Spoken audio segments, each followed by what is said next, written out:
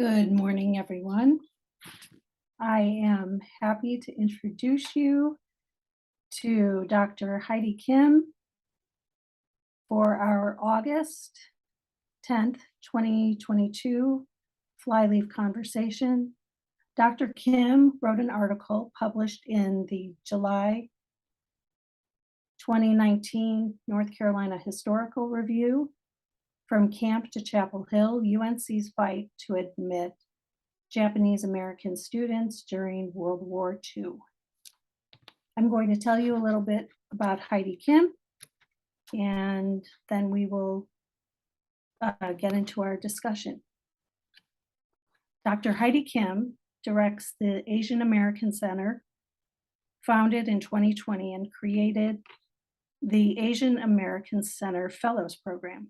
She is also Associate Professor of English at the University of North Carolina at Chapel Hill. Her work ranges through 19th and 20th century American literature and Asian American studies.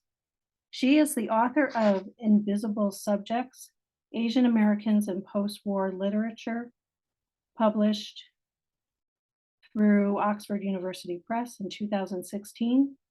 And Dr. Kim's most recent book, Illegal Immigrants, Model Minorities, The Cold War of Chinese American Narrative, published by Temple University Press in 2021. My name is Sheila Barrett-Carroll, and I have the pleasure of serving as a graphic designer in the Historical Research and Publications Office at the North Carolina Department of Natural and Cultural Resources. So before I start talking with Dr. Kim more in depth about her article, I'm going to start off with quoting the first part of her article to you. And it will paint a scenario of what will take place in the questions. In the summer of 1947, several people from the University of North Carolina at Chapel Hill were living at an interracial work camp outside of Columbia, North Carolina. The work crew consisted of several white students, 2 African Americans, and a Japanese American student.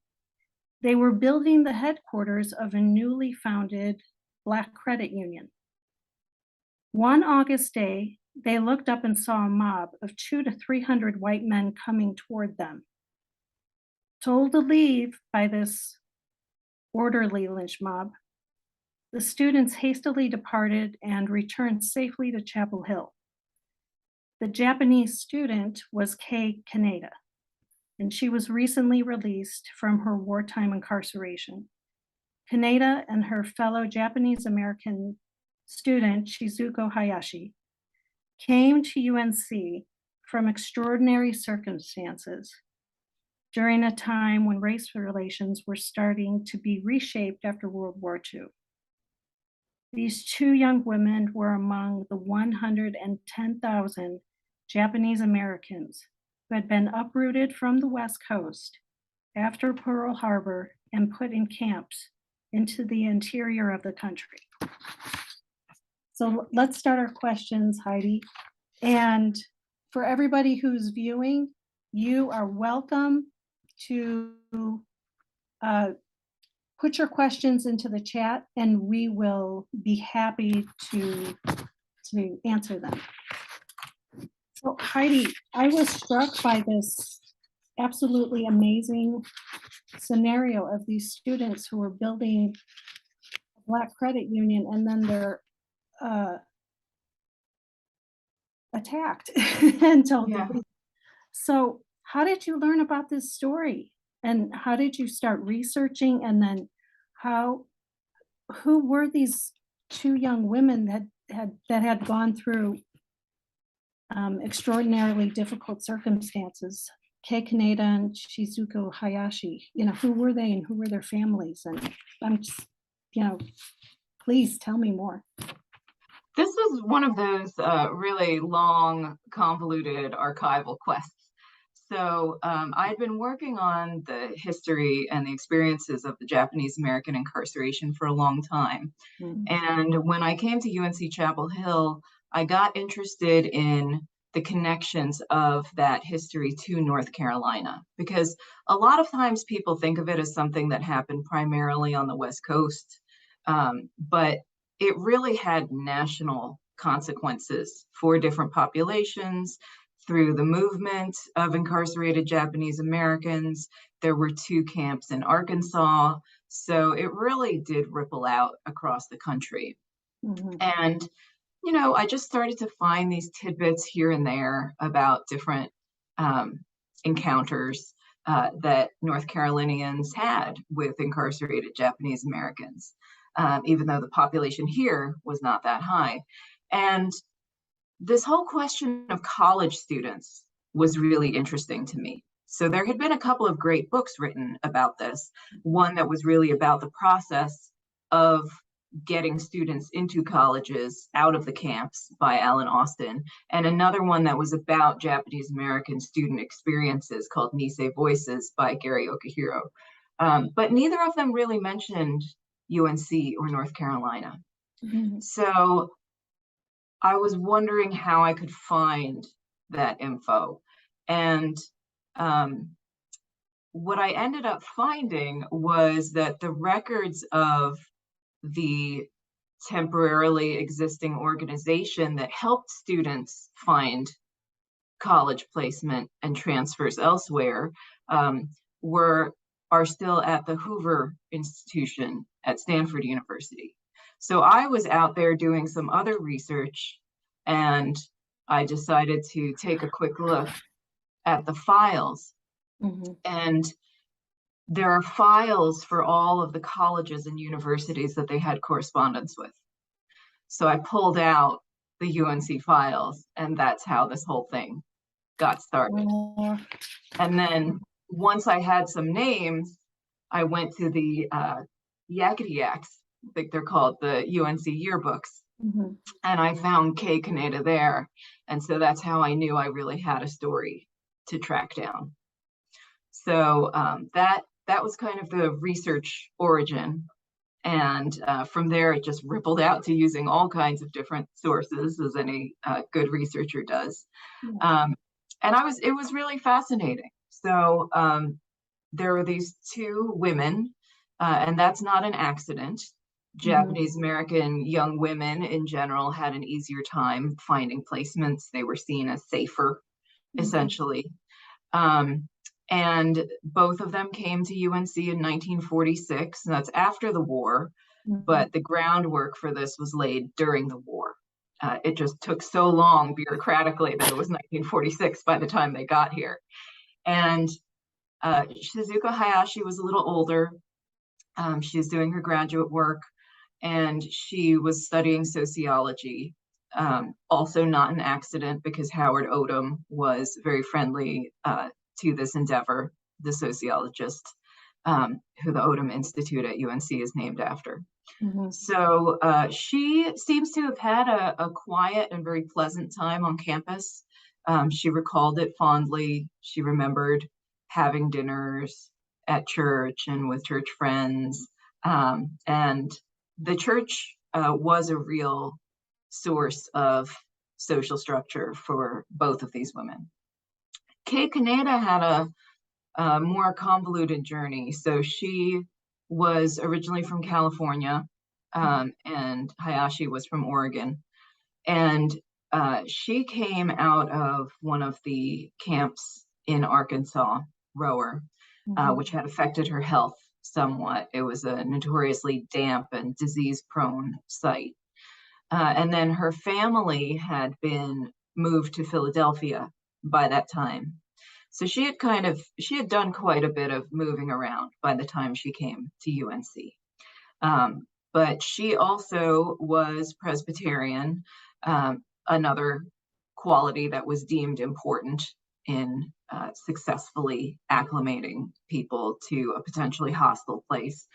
And she really embraced the church community and vice versa of the First Presbyterian Church in Chapel Hill. So the informal group there, known as the Snuff Buckets, who are engaged in social justice, were the ones who went on this work camp that you read about. And that really shaped her college experience, and I think her experiences and her work later in life. Well, we have some slides that we can show of our first slide here is of the snuff buckets, and the woman, excuse me, the young woman who is circled is Kei Kaneda. Mm-hmm. Yeah, they look like they're having a good time, don't they? Yeah. There were a lot of picnics. There was a lot of fun in addition to the work camps. But, even some of these social engagements were a little bit revolutionary. So there were incidents where there were interracial picnics that were not seen favorably by townspeople. So she spent a lot of time with them, and there was a real lifelong bond. So two of her snuff buckets friends were with her when she passed away in I think it was the 90s. And there is a lovely picture that one of them showed me of a snuff buckets reunion. Actually, I think Kei Kaneda's family member sent it to me. So they really stayed in touch, and I think that a common cause binds people, but also peril binds people. It's wonderful that they had a lifelong friendship and bond that endured. Well, the next slide is also of Kei Kaneda, but it's her family, which is great that the family shared this photo. Yeah, this is actually not a family photo, interestingly enough. This is a government photo. So there was some purposeful government documentation of Japanese American experience during this period. Some of it is, a little censored or a little posed. So we have to read these photos as the documents that they are. This is a photo of the family in their apartment in Philadelphia.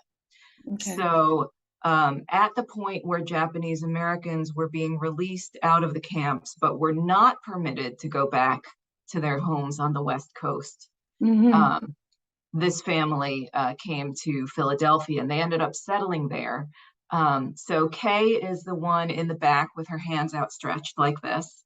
And her sister Ruby, who's sitting on the floor in front, went to high school in Philadelphia.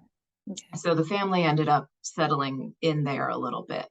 And Kei left Philadelphia, went to Teachers College in Virginia, and then down to UNC.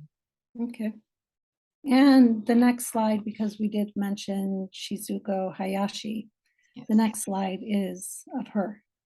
Yes, so this photo is courtesy of her daughter.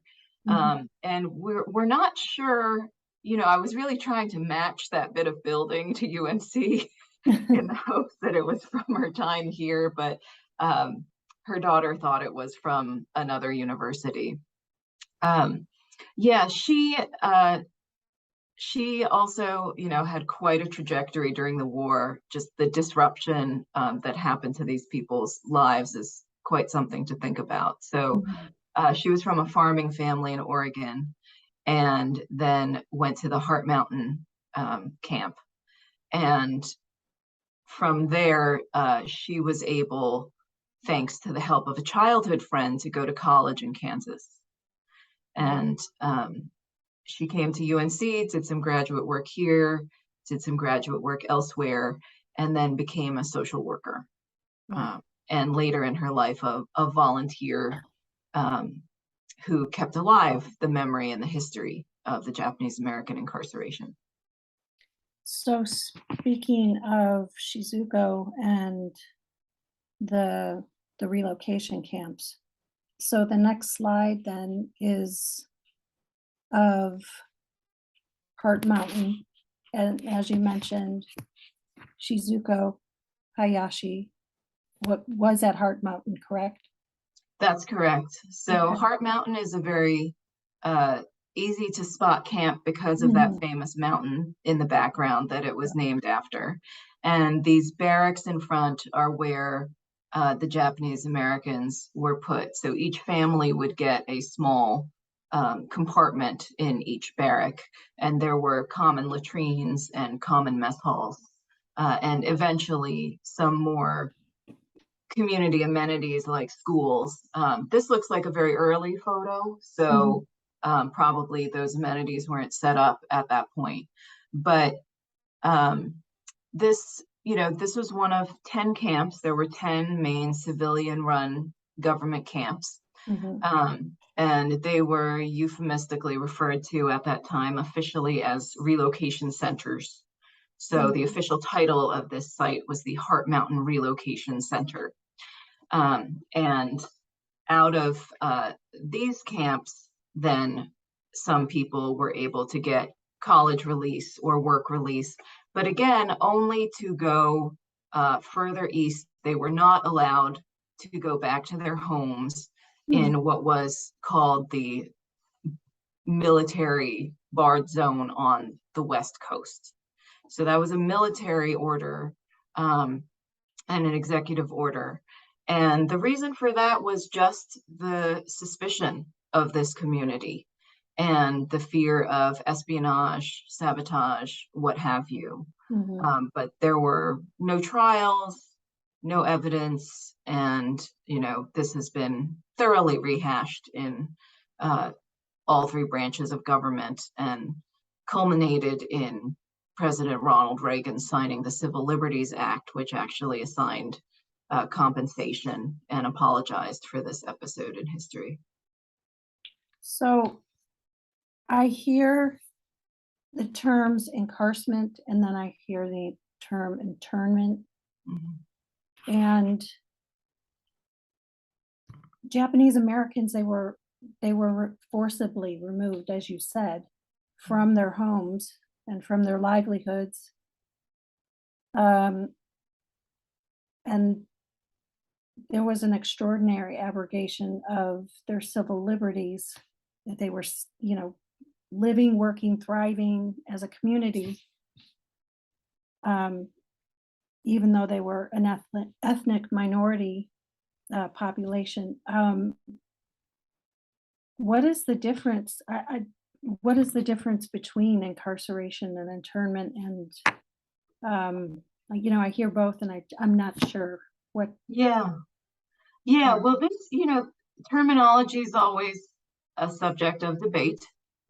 Terms shift over time, and sometimes people don't like it when they shift. The reason that there's been this shift around internment and incarceration is that internment, in a legal sense, refers to the detention of foreign nationals. And the group that was put into the camps was all people of Japanese ancestry.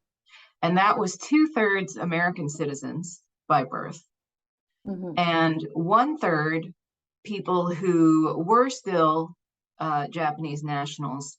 But at that time, under US law, Asians were not permitted to naturalize. And that was because of a lot of perception of Asians being unassimilable, inherently different, inherently incapable of becoming American or functioning as Americans. So, this history really sits within the whole contestation of citizenship over the late 19th and first half of the 20th centuries. And so Asian naturalization was only permitted during and after World War II. Was a few ethnicities and national origins at a time over the course of the 40s and 50s.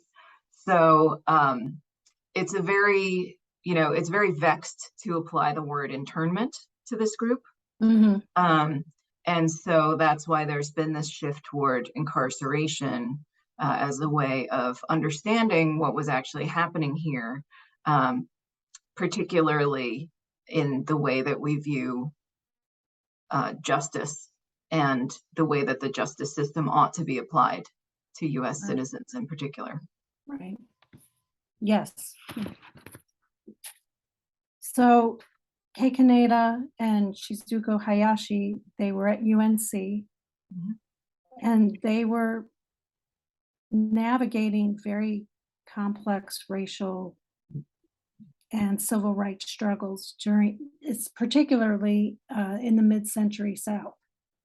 Um, it's also worth noting that American Indians and African Americans, as well as Japanese Americans, they were all struggling and not receiving educational opportunities.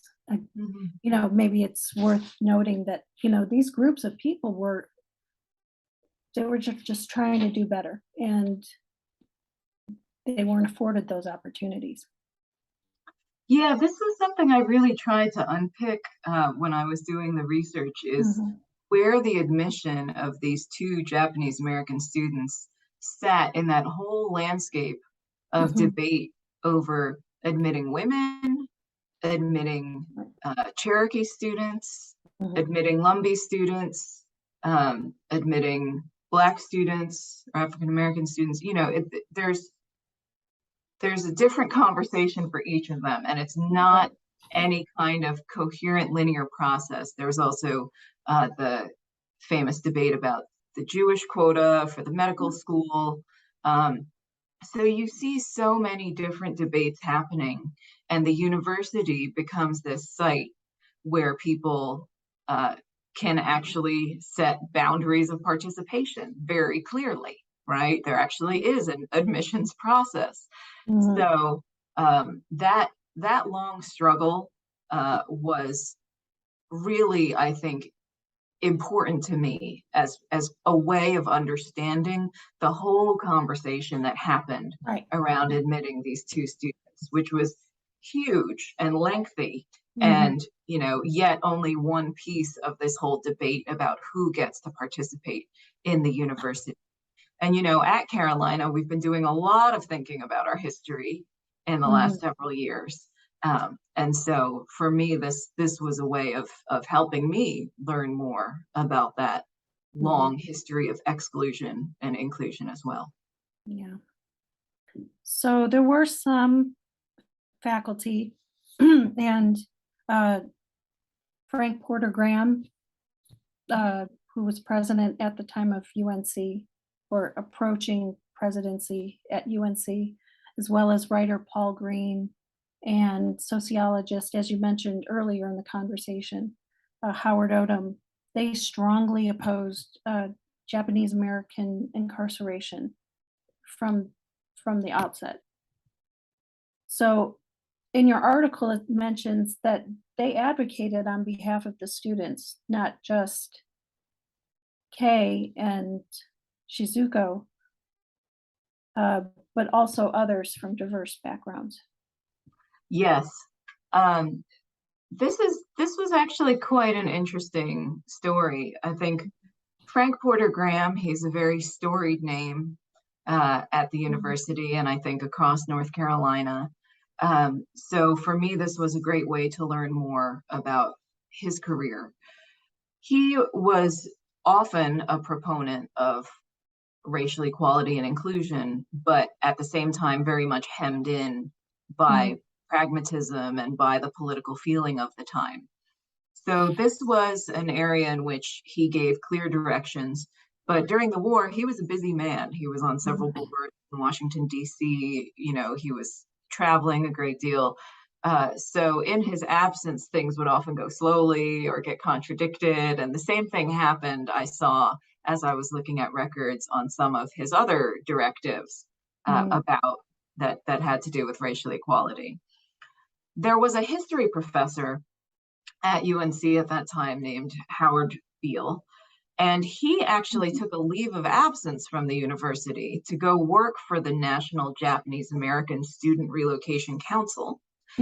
And as he was doing that work across the nation, he was very keen, obviously, on trying to get a couple of students to his own university and to North Carolina as a whole. And he had a difficult time. So at one point, he wrote in a letter, there seems to be a curse on North Carolina, because he just could not make any headway. And it was really frustrating to him. But I found that fascinating just to know that there was this UNC professor who was so passionate about this that he actually took a leave from his faculty job, and this was what he chose to do with that time and energy. And then the third figure, primary mover I came across was Reverend Charles Miles Jones, who was at that time at the First Presbyterian Church in Chapel Hill and was well known for being a proponent of racial equality. And so he actually, as far as I could tell in the archives, wrote the first letter inquiring about this possibility. And so he and Beale had a lot of correspondence, and that's why his congregation was, I think, such a home for these two students when they came. So they were very strategic. You know, Beale, when he was looking for candidates, looked for students who were Presbyterian so that they could be sort of taken care of and, you know, nurtured by the First Presbyterian Church. But it took a long time. It took a lot of persistence. And I haven't been comprehensively through the folders of every single North Carolina university, but the ones that I did look at, some of the files are very thin because there's just a letter of inquiry and there's a letter saying, no, we're not. Wow. Yeah. So that's on file. But the council didn't have a lot of time to spend banging down the doors of unwilling colleges. It was hard enough logistically trying to get students to the colleges who were willing. Right. So what was the opinion of the community outside of the university? Were they embracing the idea? You know, that was actually really hard for me to gather. I don't think that the effort to bring them to Chapel Hill was well known. So I don't think anyone had a whole lot of chance of weighing in on it. It probably would have been unwise to put it to a vote, for example. But once they came, they do seem to have had quite pleasant experiences. Aside, of course, from the kind of racist violence that Kei faced as part of the snuff buckets.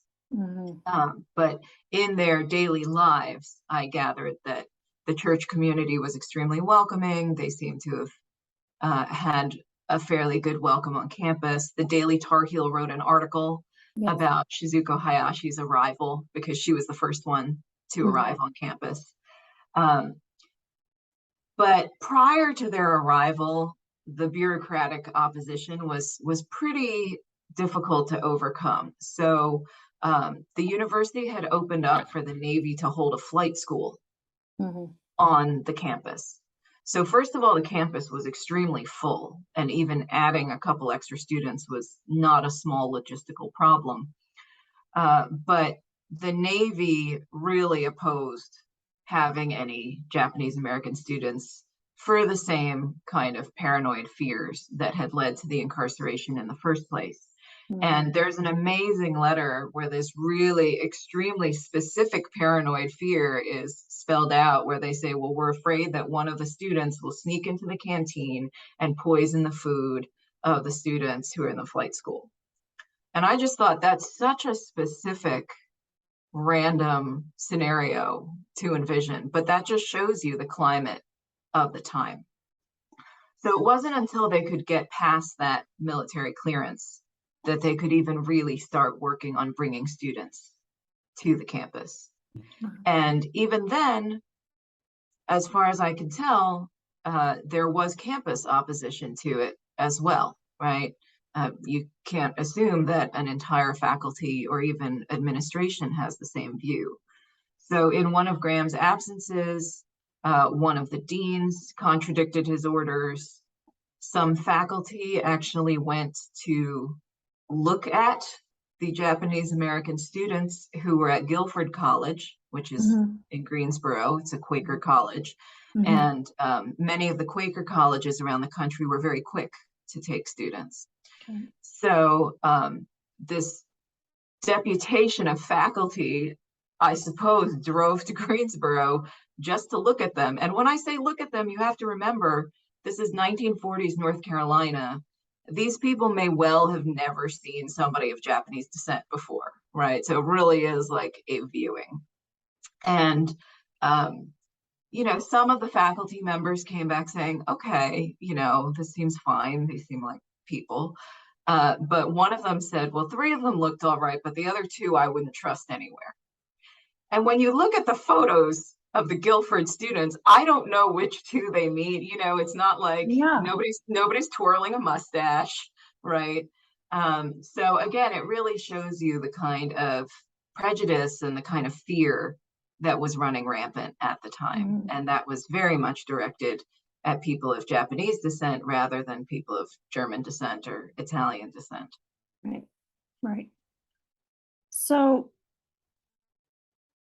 some Japanese American students engaged in social activism, and many were very successful. Ed Hirabayashi, and we have a slide of that. It's the last slide.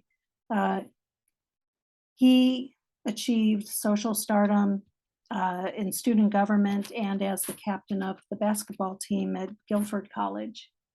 That's right. Yeah, then there's a slide of him right now, and his photo is circled. Yes.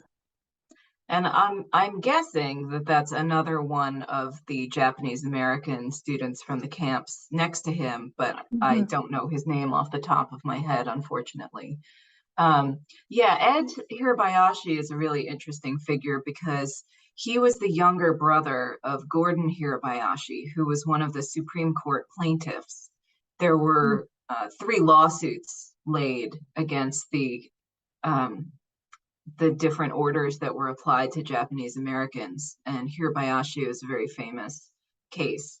So Ed is from that family. I should say also their nephew, Lane Hirabayashi, was my editor on a book project I did. And so I got to talk to Lane about Ed a little bit and, you know, Ed's history there.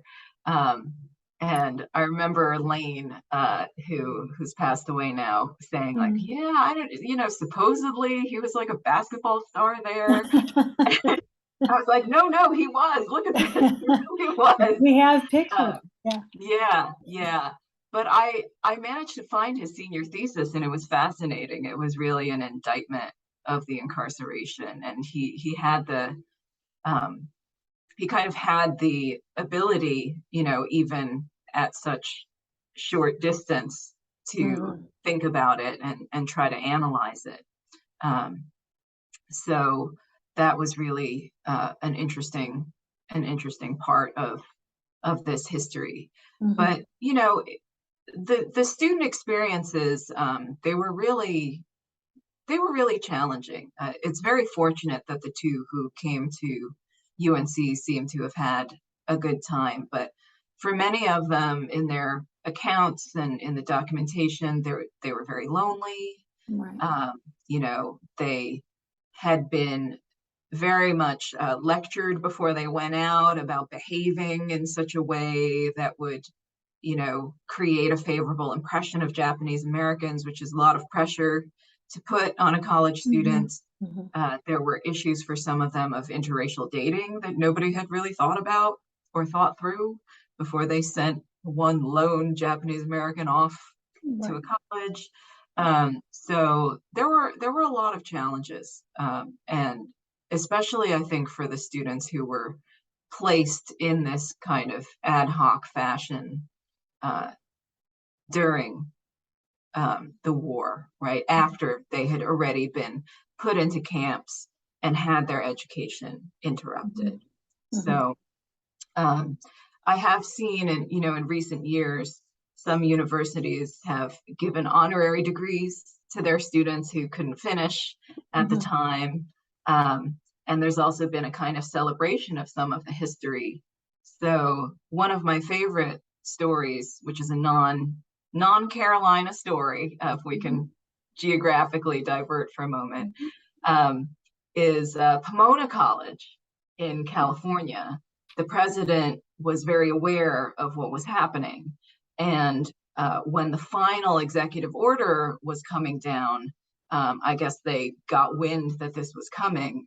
And the story that is told is of these students literally being woken up in the dead of night, told to pack their things, and they tossed them on a train and they sent them to Oberlin College because they had worked out a kind of exchange to just transfer them over there.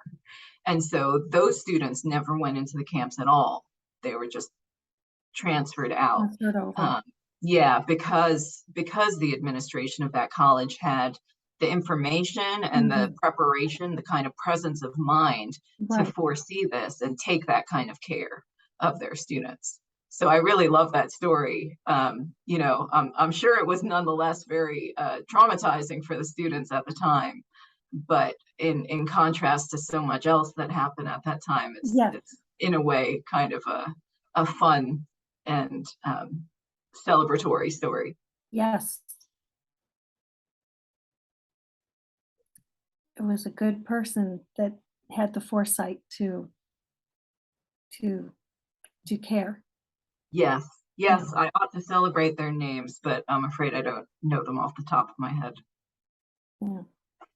So Kei Kaneda and Shizuko Hayashi, their activism didn't stop when their time at UNC ended. It went far beyond that all through their lives. Can you talk about that? You know, what did they do? How did they help their communities? Well, Shizuko Hayashi, as I mentioned, became a social worker. You know, both of them went into social work. And she really, you know, did a lot of community work for the rest of her career. And even in her retirement, she volunteered for the Oregon Nikkei Legacy Center as a docent. So she really kept that education ongoing. Kei Kaneda's family is quite interesting. So not just Kei, who was very active, but her sister, Grace Uyehara, was really well known in the fight for reparations and the lead up to the Civil Liberties Act. So she was one of the primary movers. And actually it was, you know, some of her oral histories that helped me to fill in some of the pieces of the family experience. Kei herself was settled in Boston by that time. And so she was leading the New England chapter of the Japanese American Citizens League. And when in the build up to reparations, there was a commission.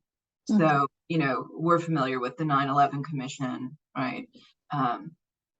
And there was a similar kind of federal commission that was studying and considering the wartime incarceration. And this was in the early 1980s. So as part of their work, the commission went to a few different major sites and cities around the country. And they went to Boston, and they didn't have a full hearing there, but they had a kind of symposium with community leaders, some famous legal scholars. And so Kei really spearheaded that. So that was one of the major events in that commission's work. And then that commission's work was really the foundation of the Civil Liberties Act. Right. So she really played a major part in that. And again, it's fascinating to me as a scholar who isn't from North Carolina, right? I came to UNC already with this research under my belt, but finding these connections has been so fascinating to me. Yes. And it just really shows, I think, that this history is a national history. It's not something that's just about one ethnicity or that just belongs on the West Coast, right? This North Carolina, UNC, we are part of that history as well. And I think that your article brings that out. It goes in deep. It is so well written, and I would encourage anybody to please sign up for a subscription to the North Carolina Historical Review. Shameless plug, sorry. I encourage it. The article was wonderful, and we're honored to have you on. It's wonderful. So thank you. Working with the North Carolina Historical Review staff was great. They were really fantastic. yeah, I have to say yes, they're good. No, although I'm completely biased. So in closing, as North Carolinians, and I'm a transplant, what can we do better? How can we make it better? What are some action items? Can you think of any? Do you want to think of any? I'm sure we can all think of many. But sticking with the historical theme, I do think it's important to know about these histories and to learn about them, because it really, I think, breaks down these barriers of us versus them, insiders versus outsiders. Yes. And maybe if we step back and we look at these histories, examine these fights and the opposition that there was to admitting certain people, drawing these lines based on race and prejudice, Right. that maybe sometimes looking at history can help us put our own feelings and prejudices into better relief. Yeah. So especially as I think North Carolina, like every state, is changing, the demographics are changing, the racial demographics are changing. I think that's really important, that there's not this kind of dialogue about others and newness, but that we can put it into this long history where North Carolina has been a place of change for a long time. I agree. Well, Dr. Heidi Kim, thank you. Thank you, Sheila. Oh, it's been my pleasure. My honor. Thank you. So in closing, I would like to thank our viewers for taking time out of their lives to watch this and to listen. And I also wanted to let you know that Flyleaf, our monthly podcast, is going to be pausing for a moment, for a bit, and while we work through some position vacancies. We're going to return. We're not going away. We're returning. And as soon as we're up and running again, then we will post that on our social media. So I thank you again, Dr. Kim. Thank you so much. It's been wonderful. Thank you, Sheila. Publish another article. I can't wait. All right, I'll work on it. Okay. And thank you, everyone. Thank you.